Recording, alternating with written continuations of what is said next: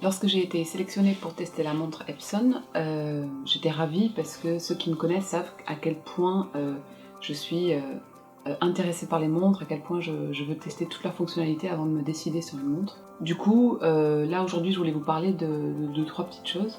D'abord son autonomie. J'ai voulu attendre une petite semaine avant de publier un premier commentaire parce que je voulais vraiment tester l'autonomie de la montre.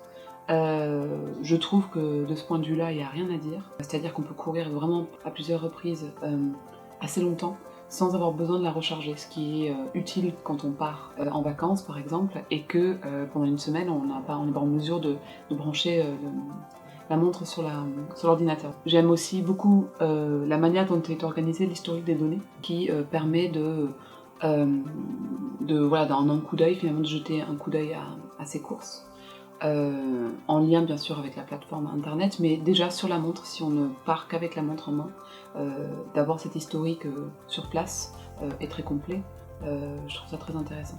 Enfin, tout simplement, chose toute bête, mais qui est très utile pour une montre, le fait qu'il y ait une fonction d'affichage d'heure et d'alarme est aussi hyper intéressante parce que d'une, c'est quelque chose qui peut remplacer un réveil si besoin. Et c'est pas forcément le cas pour toutes les montres de running, donc je trouve que d'avoir installé cette fonction alarme est quelque chose de très utile.